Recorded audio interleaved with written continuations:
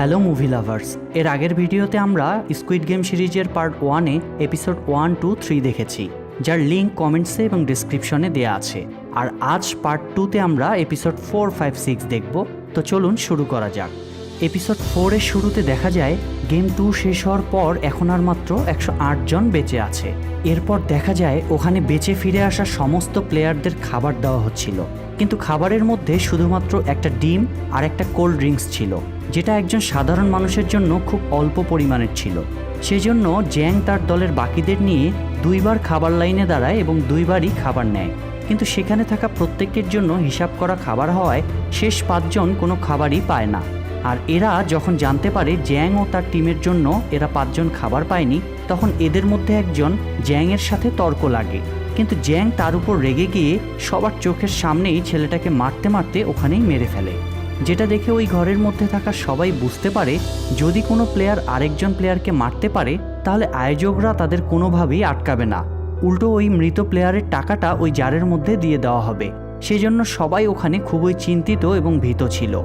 অন্যদিকে দেখা যায় এই প্লেয়ারদের মধ্যে একজন ডাক্তার ছিল, যাকে এখানকার কিছু গার্ড গেমে জেতার জন্য নানা রকমভাবে সাহায্য করত। পার্ট 1-এ এই রহস্য না জানা গেলেও এবার শুনুন এই রহস্য। মূলত গার্ডরা তাকে সহযোগিতার বিনিময়ে এই ডাক্তার মূলত প্রত্যেক দিন ওখানে মারা যাওয়া সমস্ত প্লেয়ারের শরীর থেকে অঙ্গ প্রত্যঙ্গ বের করে দিত, আর ওই অর্গানগুলো এখানকার কিছু কর্মচারী চাইনিজ মার্কেটে অনেক দামে বিক্রি করত, আর এই টাকাটা তারা সবাই নিজেদের মধ্যে ভাগাভাগি করে নিত। তবে এই পুরো কাজটি তারা তাদের বস ফ্রন্টম্যানের চোখ ফাঁকি দিয়ে করত, এবং ভিতরের কন্ট্রোল রুমেও এদেরই একজন থাকতো, যে কিনা সিসি ক্যামেরায় রেকর্ড হওয়া এই ভিডিওগুলো ডিলিট করে দিত।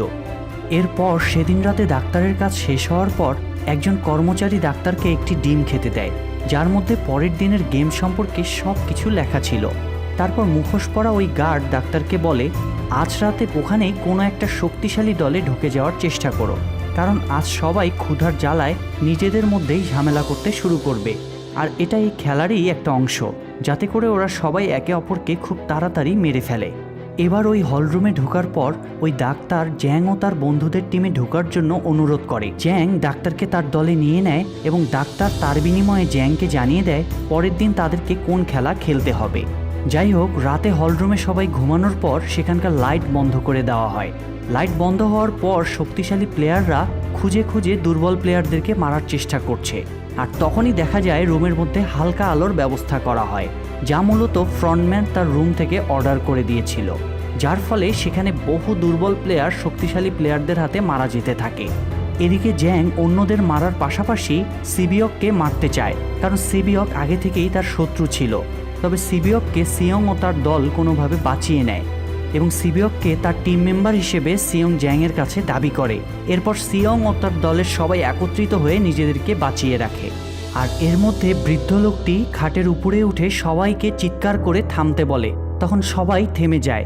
কিছুক্ষণ পর সিকিউরিটি গার্ডরা এসে ওই মারামারিটি থামিয়ে দেয়, কিন্তু ততক্ষণে এখানে অনেক প্লেয়ার মারা গিয়েছে, আর এখন শুধুমাত্র 80 জন প্লেয়ার বেঁচে আছে, এবং মারা যাওয়া নতুন প্লেয়ারদের টাকা ওই জারের মধ্যে আবার দিয়ে দেওয়া হয়। যাই হোক, পরদিন সকালে 3 নম্বর গেমের জন্য সবাইকে একটা রুমে ডাকা হয়, আর ওখানে 80 জন প্লেয়ারকে 10 জন করে মোট 8টা টিম বানাতে বলা হয়। জ্যাং যেহেতু আগে থেকেই খেলা সম্পর্কে জানতে পেরেছে, তাই সে ওদের মধ্যে সবচেয়ে শক্তিশালী ও পুরুষদের নিয়ে একটি টিম বানায়। তবে এর আগে ওর দলে মিনিও নামের একটি মেয়ে ছিল, যাকে এবার সে বাদ দিয়ে দেয়। হঠাৎ করে মিনিও দল থেকে বাদ পড়ে যাওয়ায় জ্যাংয়ের উপর সে অনেক ক্ষেপে যায় এবং তাকে আক্রমণ করে, কিন্তু শেষমেশ উপায় না পাওয়ায় সে নিজের ইচ্ছাতেই এক প্রকার জোর করে সিয়ংয়ের টিমে এসে যোগ দেয়। আর ওকে না নিয়ে সিয়ংদেরও উপায় ছিল না, কারণ ততক্ষণে সবাই দল বানিয়ে ফেলেছিল। আর এখন দেখা যায় সিয়ংদের দলটাই এখানে সবচেয়ে দুর্বল দল, কারণ ওদের দলে সেই বয়স্ক লোকটি এবং 3 জন মেয়ে ছিল। যাই হোক, এভাবে 10 জন করে মোট 8টি টিম তারা গঠন করে। এরপর 3 নম্বর গেমের শুরু হয়ে যায়, যেটার নাম হলো টাগ অফ ওয়ার। খেলার জন্য সেখানে একটি উঁচু ব্রিজ ছিল এবং যার মাঝখানে ফাঁকা ছিল। ব্রিজের 2 প্রান্ত থেকে 2টো দল একটি দড়ি ধরে টানাটানি করবে, আর যে দল ওই দড়িটাকে নিজেদের দিকে নিতে পারবে সেই দল জিতে যাবে, আর অপর দলটা ব্রিজের উপর থেকে মাটিতে পড়েই মারা যাবে। গেমের কর্মকর্তারা 8 দলের মধ্যে টস করে 2টি করে প্রতিযোগী দল ভাগ করে দেয়, তার মানে 4টি দল জিতবে আর 4টি দল মারা যাবে। টস অনুসারে প্রথমে জ্যাং এর টিমের সাথে অন্য একটি টিমের প্রতিযোগিতা শুরু হয়। যেহেতু জ্যাং এর টিম সবচেয়ে শক্তিশালী, স্বাভাবিকভাবেই তারা জিতে যায়। এরপর সিয়ংদের টিমের সাথে অন্য একটি টিমের ডাক আসে। অন্য টিমের অবস্থা দেখে সিয়ংরা সবাই ভয় পেয়ে যায়, কারণ সিয়ংদের টিমে 3 জন মেয়ে এবং একজন বৃদ্ধ মানুষ ছিল। তবে সিয়ংদের টিমের সেই বৃদ্ধ ব্যক্তিটি বলেন, তোমরা কেউ চিন্তা করো না, এই খেলাটি আমি ছোটবেলায় অনেক খেলেছি, তাই আমি জানি দুর্বল টিম মেম্বাররা নিয়েও কিভাবে এই খেলায় জেতা যায়। এরপর সেই বৃদ্ধ লোকটি তাদের টিমকে সব কৌশল বলে। কিছুক্ষণ পর তাদের খেলা শুরু হয়। সিয়ংদের টিম বৃদ্ধ ব্যক্তির কৌশল অনুসারে ভালোই খেলছিল, কিন্তু এটা দেখে বিপরীত টিম তাদের সর্বোচ্চ শক্তি প্রয়োগ করছিল। এতে করে সিয়ংয়ের টিম এখন প্রায় হেরে যাওয়ার অবস্থা। আর এই টান উত্তেজনায় শেষ হয় এপিসোড 4। এপিসোড 5-এর শুরুতে দেখা যায় সিয়ংদের টিম যেহেতু হেরে যাচ্ছিল, তাই সাংউ তার টিমকে একটি বুদ্ধি দেয় এবং শেষবারের মতো চেষ্টা করতে বলে। আর সাংউর সেই বুদ্ধির ফলে সিয়ংয়ের টিম শেষ পর্যন্ত জিতে যায়। সিয়ংদের টিমকে রুমে ফিরে আসতে দেখে বাকিরা সবাই অবাক হয়ে যায়। আর গেম 3 এর শেষে এখন মাত্র 40 জন প্লেয়ার সেখানে বেঁচে আছে। এবার দেখা যায় খেলা শেষ হওয়ার পর সেদিন রাতে সবাই ঘুমোতে আসলেও ডাক্তার তখনও ঘুমোতে আসেনি, কারণ ওই ডাক্তার প্রতিদিনের মতোই বাকি সমস্ত কর্মচারীদের সঙ্গে আজকের খেলায় মারা যাওয়া প্লেয়ারদের শরীর থেকে অর্গানগুলো বের করছিল। আর গার্ড সেজে থাকা সেই পুলিশ অফিসারটিও এখানে ছিল এবং সব কিছু দেখছিল।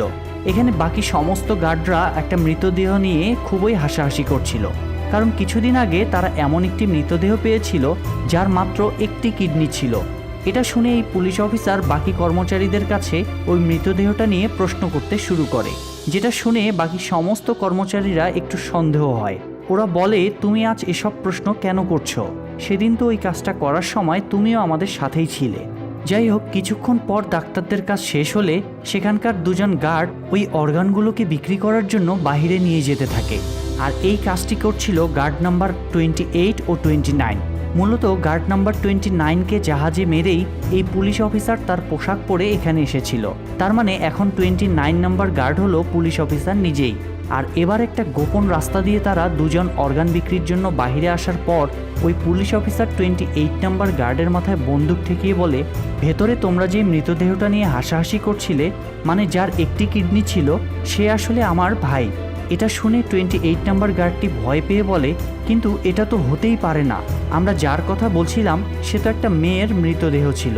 তখন পুলিশ অফিসার বলে, কিন্তু আমি তোমার কথা বিশ্বাস করব কিভাবে? এবার ওই গার্ড বলে, তুমি আমাদের বসের ঘরে চলে যাও, ওখানে সমস্ত প্লেয়ারদের নাম, ছবি ও ডিটেলস দেয়া আছে, আর সামনের এই সুড়ঙ্গ দিয়েই তুমি আমাদের বসের ঘরে যেতে পারবে। আর এসব জানার পর পুলিশ অফিসার গার্ডকে গুলি করে মেরে ফেলে, কারণ যদি সেই গার্ড পরে আবার কাউকে বলে দেয়। এদিকে ডাক্তার সেদিনের কাজ কমপ্লিটের পর বাকি কর্মচারীদের কাছে পরের দিনের খেলার প্ল্যান জানতে চাইছিল, কিন্তু আজকে কর্মচারীরা বলে, কালকের খেলা সম্পর্কে আমরা এখনো কিছুই জানতে পারিনি, তাই আজ তোমাকে কোনোভাবেই সাহায্য করতে পারবো না। এটা শুনে ওই ডাক্তার রেগে গিয়ে ওখানে থাকা একজন গার্ডের সাথে ঝামেলা শুরু করে। আর ঝামেলা চলাকালীন ডাক্তার ওই গার্ডকে মেরে একটা মাঠে চলে আসে, আর তাকে ধরার জন্য আরেকজন গার্ড পিছন পিছন মাঠে চলে আসে। আর ডাক্তার পরের দিনের গেম নিয়ে চিন্তিত থাকায় তাকে বুঝিয়ে ঘরে নিয়ে যেতে চাইছিল, কিন্তু তখনই সবার বস মানে ফ্রন্টম্যান সেখানে চলে আসে এবং ওই গার্ডকে বলেন, তোমরা এখানকার মৃতদেহের অর্গান বিক্রি করে অতিরিক্ত ইনকাম করতে চেয়েছো, এতে আমার কোনো সমস্যা নেই, কিন্তু খেলার একটি নিয়ম হলো এখানকার প্রত্যেক প্লেয়ার সমান সুযোগ আর অধিকার পাবে এবং প্রত্যেক প্লেয়ার নিজেদের বাঁচানোরও সমান সুযোগ পাবে।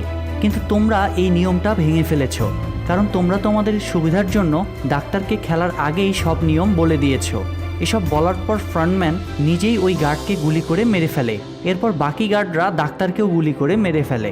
এদিকে ওই পুলিশ অফিসার গোপন রাস্তা দিয়ে ফ্রন্টম্যানের রুমে ঢুকে সমস্ত প্লেয়ারদের ফাইল খুঁজে বের করার চেষ্টা করছিল, কিন্তু ততক্ষণে ফ্রন্টম্যান ওই সুড়ঙ্গের মধ্যে আরও একজন গার্ডের মৃতদেহ খুঁজে পায়, যাকে একটু আগেই ওই পুলিশ অফিসার মেরে ফেলেছিল।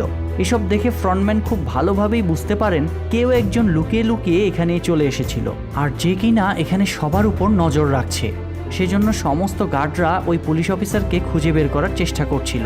এদিকে দেখা যায় ওই পুলিশ অফিসার ফ্রন্টম্যানের রুমে সমস্ত প্লেয়ারদের ফাইলগুলো খুঁজে পেয়েছিল, আর ওই সমস্ত ফাইল ঘাঁটতে ঘাঁটতে সে নিজের ভাইয়ের নামও একটি ফাইলে খুঁজে পায়, আর দেখে তার ভাই 2015 সালে এখানে খেলতে এসেছিল এবং খেলাটি জিতেও গিয়েছিল। এটা দেখে ওই পুলিশ অফিসার অবাক হয়ে যায়।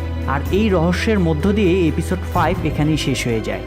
এপিসোড 6-এর শুরুতে দেখা যায় পরের দিন সকালে চতুর্থ গেম শুরু করা হবে, তাই সবাইকে তার পছন্দ মতো একজন পার্টনার চয়েস করতে বলা হয়। গেম 3-এর মতো করে এবারও সবাই শক্তিশালী ও বুদ্ধিমান পার্টনারদের নিতে থাকে। সিয়ং তার বন্ধু সাংহুকে নিতে চাইলেও সাংহু নিজেই আলীকে বেছে নিয়েছিল, আর আলীও রাজি হয় কারণ সাংহু তাকে অনেকবার হেল্প করেছিল। এদিকে সিয়ংকে অনেকেই নিতে চাইলেও সিয়ং দেখে ওই বৃদ্ধ লোকটি এবং মিনিওকে কেউ নিচ্ছিল না। তখন সিয়ং ওই বৃদ্ধ লোকটিকে তার পার্টনার হিসেবে নেয়, কারণ বৃদ্ধ লোকটির প্রতি তার অনেক মায়া জন্মেছিল। এদিকে ডাক্তার মারা যাওয়ার কারণে তাদের মধ্যে এখন বিজোড় সংখ্যা হওয়ায় মিনিও শেষমেশ কারো সাথেই পার্টনার হতে পারে না, তাই মিনিওকে গার্ডরা অন্য জায়গায় নিয়ে যায়। আর কর্মচারীরা বাকি সবার হাতে 10টি করে মার্বেল ভর্তি একটি ছোট্ট ব্যাগ ধরিয়ে দেয়, কারণ এবারের গেমের নাম মার্বেল গেম। এরপর এই গেম 4-এর নিয়ম জানানো হয়। নিয়ম শোনার পর সবাই হতভম্ব হয়ে পড়ে, কেননা এবারের প্রতিযোগিতা এক টিমের সাথে অন্য টিমের ছিল না, বরং একই টিমের 2জন প্লেয়ারের মধ্যে ছিল। আর ওই 2জন প্লেয়ার কোনো রকম মারামারি বা ঝগড়া করা ছাড়াই নিজেদের মধ্যে যে কোনো একটি খেলা খেলবে। আর এভাবে খেলতে খেলতে যে তার পার্টনারের কাছ থেকে সবগুলি নিতে পারবে সে জয়ী হবে, আর অন্যজনকে সেখানেই মেরে ফেলা হবে। আর এই খেলার সময় মাত্র 30 মিনিট। তবে এবার সবাই শক্তিশালী ও বুদ্ধিমান পার্টনার নিয়ে যেমন ভুল করেছে, তেমনি সবাই সবার পছন্দের পার্টনার হওয়ায় কে কাকে হারাবে তা নিয়েও নিজেরা মানসিকভাবে ভেঙে পড়ে। যাই হোক, গেম 4 এখানেই শুরু হয়ে যায়। সবাই খেলতে শুরু করে। সাংহু আর আলীও খেলছিল, কিন্তু কিছু সময় খেলার পর সাংহু আলীর কাছে সমস্ত মার্বেল হেরে যায়। কিন্তু আলী ওই ঘর থেকে বের হওয়ার আগেই সাংহু তাকে বিভিন্ন মিথ্যা ও ইমোশনাল কথা বলে তাকে বোকা বানানোর চেষ্টা করে। আর সাংহু আলীকে বলে, আমার কাছে এমন একটা বুদ্ধি আছে যেটার মাধ্যমে আমরা দুজনেই বেঁচে যেতে পারবো। আমাদের কাউকে এখানে মারা যেতে হবে না, কিন্তু তার জন্য তোমাকে দেখে আসতে হবে এখানে কোন কোন দলে এবং মোট কতজন প্লেয়ার এখনও বেঁচে আছে। আলী এখানে খেলাটা জিতেই গিয়েছিল এবং চাইলে রুম থেকে বের হয়েও যেতে পারত, কিন্তু সাংহুর জীবন বাঁচানোর জন্য সে তার কথা মতন কোন প্লেয়ার এবং কতজন বেঁচে আছে তা দেখার জন্য অন্য রুমগুলো চেক করতে থাকে। মূল ব্যাপার হচ্ছে, আলীর সাথে কথা বলার সময় সাংহু আলীর মার্বেল ভর্তি ব্যাগটা নিয়ে ছোট ছোট কিছু পাথর ভর্তি একটা ব্যাগ আলীকে দিয়ে দেয়। আর আলী এখানে সাংহুকে এতটাই বিশ্বাস করেছিল যে একবারের জন্যও সে ব্যাগ চেক করে দেখেনি। তাই আলী যখন অন্য প্লেয়ারদের চেক করতে গিয়েছিল, সেই সুযোগে সাংহু তার মার্বেল ভর্তি ব্যাগ গার্ডের কাছে জমা দিয়ে প্রমাণ করে যে সে জয়ী হয়েছে। এরপর আলী হঠাৎ ব্যাগ চেক করে দেখে যে তার ব্যাগে শুধুমাত্র পাথর ভরিয়ে দেওয়া হয়েছে। সে বুঝতে পারে সাংহু তার সাথে প্রতারণা করেছে, আর এরপর গার্ড তাকে ধরে ফেলে গুলি করে মেরে ফেলে। এদিকে দেখা যায় সিবিওক যে মেয়েটাকে তার পার্টনার হিসেবে নিয়েছিল, সে ওকে বলছে আমরা সব শেষে শুধুমাত্র একটাই গেম খেলবো, আর এই খেলাটায় যে হেরে যাবে সে নিজের সমস্ত গুলি তার পার্টনারকে দিয়ে দিবে। তখন সিবিওকও এই কথায় রাজি হয়। এরপর ওরা দুজনে নিজেদের মধ্যে গল্প করতে শুরু করে। সিবিওকের পার্টনার মেয়েটি বলে, আমি যখন ছোট ছিলাম তখন আমার বাবা আমার মাকে খুন করেছিল, আর এটা দেখার পর একদিন সুযোগ বুঝে আমিও আমার বাবাকে খুন করে ফেলি, যে কারণে আমি অনেক দিন ধরে জেলে ছিলাম, আর তাই এখন আমার নিজের পরিবার বলতে কেউই নেই। আর তখন সিবিওকও বলে, আমি আর আমার পরিবারও উত্তর কোরিয়ায় থাকতাম, কিন্তু আমিও আমার ভাই ওখান থেকে এই দেশে পালিয়ে আসি, কিন্তু আমার মা বাবা আসার সময় বর্ডার গার্ডরা আমার বাবাকে মেরে ফেলে আর আমার মাকে ওই দেশেই ফিরিয়ে দেওয়া হয়। তাই এখন আমি আমার মাকে আনতে চাই, আর এজন্য অনেক টাকার প্রয়োজন। এভাবে সময় শেষের দিকে আসলে তারা খেলা শুরু করে, কিন্তু দেখা যায় সিবিওকের পার্টনার নিজে থেকেই খেলায় হেরে যায়। আর সে সিবিওককে বলে, এখান থেকে বের হওয়ার পর কেউ আমার জন্য অপেক্ষা করছে না, কিন্তু তোমার একটা পরিবার আছে আর তারা তোমার জন্য অপেক্ষা করছে, তাই এখান থেকে তোমারই বেঁচে ফেরা উচিত। এটা শুনে সিবিওক অঝরে কেঁদে ফেলে এবং কিছুক্ষণ পর রুম থেকে বের হয়ে আসে আর তার পার্টনারকে গার্ড গুলি করে মেরে ফেলে। অন্যদিকে দেখা যায় সিয়ং যে বয়স্ক লোকটির সাথে খেলা শুরু করেছিল, একটা সময় সে সিয়ংকে হারিয়ে খেলাটা জিতেই যাচ্ছিল, কিন্তু মাঝপথে সে বৃদ্ধ লোকটি তার ব্রেন টিউমারের কারণে স্মৃতি হারিয়ে ফেলতে শুরু করে। আর ওনার এই ভুলে যাওয়ার সুযোগ নিয়ে সিয়ং ইচ্ছা করে ওনাকে মিথ্যা কথা বলে হারিয়ে ওনার সমস্ত গুলিগুলো নিজের কাছে রেখে দেয়। আর এখন দেখা যায় ওই বয়স্ক লোকটার কাছে শুধুমাত্র একটা গুলি পড়ে আছে, আর ওই মার্বেলটি নিয়ে নিতে পারলে সিয়ং এ যাত্রায় পুরোপুরি জিতে যাবে। তবে এখন ওই বয়স্ক লোক সিয়ংকে বলে, এতক্ষণ ধরে আমি সব কিছু ভুলে যাওয়ার অভিনয় করছিলাম, আমি দেখছিলাম তুমি আমার অসহায় অবস্থার সুযোগ নেও কিনা, এটা শুনে সিয়ং খুব রেগে যায়, আবার কাঁদতেও থাকে।